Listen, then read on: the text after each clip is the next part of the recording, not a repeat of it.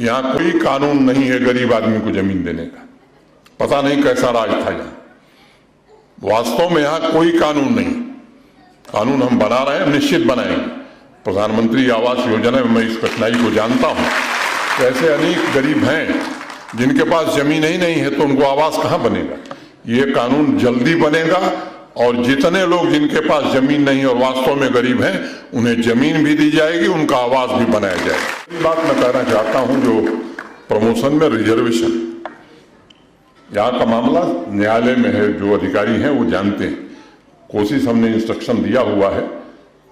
ये मेरे लिए एक राजनीति का सवाल नहीं है, न मुझे यहाँ चुनाव लड़ना है, न मुझे यहाँ राजनीति करनी। लेकिन जिस विचार से मैंने काम किया है वो विचार यही है कि ऐसे लोग जो जीवन भर दबे कुचले रहे, उनको वरीयता शासन को देनी ही चाहिए और उन्हें जरूर दी जाए। इसी नीति पर भारत सरकार चल रही है और जो भारत सरकार की मनसा है, मैं समझता हूं कि जम्मू कश्मीर प्रशासन बाध्य है उस मनसा को जमीन पर उतारने के लिए। छात्रवृत्ति वाली बात मैंने कह दी, अविलंब जल्द से जल्द जो भी उसमें सुधार करना होगा।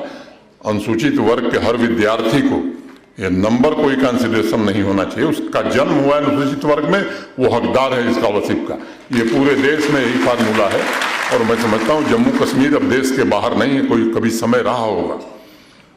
जिन लोगों ने इस कानून को बदला है उनको भी आप जरा ध्यान रखिएगा, क्योंकि हमारी स्मृति थोड़ा बड़ी कमजोर होती है। और कुछ ही दिनों में हम एक जमीन का सवाल आया है। मित्रों, बहुत दुख के साथ मुझे कहना है, यहाँ कोई कानून नहीं है गरीब आदमी को जमीन देने का। पता नहीं कैसा राज था यहाँ। वास्तव में यहाँ कोई कानून नहीं। कानून हम बना रहे हैं, निश्चित बनाएंगे। प्रधानमंत्री आवास योजना में मैं इस कठिनाई को जानता हूँ। ऐसे अनेक गरीब हैं जिनके पास जमीन ही नहीं है, तो उनको आवास कहाँ बनेगा। ये कानून जल्दी बनेगा और जितने लोग जिनके पास जमीन नहीं और वास्तव में गरीब हैं, उन्हें जमीन भी दी जाएगी, उनका आवास भी बनाया जाएगा। ये ऐसे ही सामाजिक संस्थाओं, जो बात मान्यवाल साहब ने कहा कि भवन बनाने के लिए, वो कानून अभी आज की तारीख में यहाँ एग्जिस्ट नहीं करता है। हम उस पर काम कर रहे हैं। लैंड डिजिटाइजेशन का काम पूरा हुआ है। लगभग अधिकांश लोगों को हिंदी, अंग्रेजी और उर्दू में पासबुक दी जा चुकी है। और भी रेवेन्यू से रिलेटेड कई काम हैं जो अंतिम चरण में है। ये काम निश्चित रूप से होगा और जब कानून बन जाएगा तो गरीबों को आवास भी मिलेगा और गुरुजी की स्मृति में बनने वाले सभागार के लिए जमीन भी जरूर देगा जम्मू कश्मीर प्रशासन। मोटे तौर पर जो बातें ध्यान में थी, लंबा चौड़ा मान्यवाल साहब ने पूरी तैयारी वर्ष भर की करके आज ही रख दी है। तो मैं समझता हूँ कि मैं इतना ही कहूँगा कि इसमें जो करने लायक, अब कुछ चीज़ें ऐसी हैं जो भारत सरकार करेगी वो भी हमारे ऊपर लाद देंगे, तो ऐसा कोई आश्वासन मैं देने वाला नहीं हूँ, क्योंकि मैं अब राजनीति में नहीं हूँ। मैं जिस पद पर हूँ मुझे लगता है कि वही कहना चाहिए जो हो सकता है। एक मैंने जरूर ये कहा था जम्मू बेस्ड एम्प्लॉइज, खासतौर से रिजर्व कैटेगरी के एम्प्लॉइज से, कि आप आइए ज्वाइन करिए, आपकी पॉलिसी हम बनाएंगे। लेकिन भाई एक बात की तकलीफ है मुझे, आप लोगों से बातचीत होने के बाद भी आप लोगों ने फैसला नहीं माना। फैसले एक तरफा लागू नहीं होते।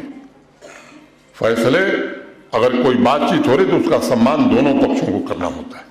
एक पक्षीय सम्मान, ये व्यवस्था ठीक नहीं। ये सच है कि आप सरकारी कर्मचारी, आपकी विपरीत परिस्थिति मैं समझता हूं। सबको वेतन मिल गया है, नहीं मिला होगा तो इंस्ट्रक्शन है, किसी का वेतन नहीं रुकेगा।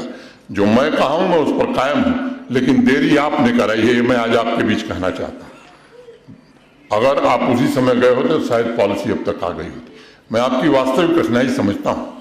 कश्मीर में नौकरी करना आपके लिए कठिन काम है। जैसे कश्मीरी माइग्रेंट के लिए घर का इंतजाम हुआ है।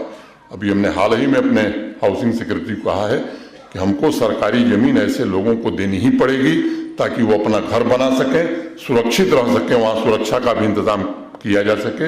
इस दिशा में हम विचार कर रहे हैं, सकारात्मक रूप से विचार कर रहे हैं और जल्दी उसका परिणाम लेकर के आपके बीच हम आएंगे। बहुत बहुत धन्यवाद।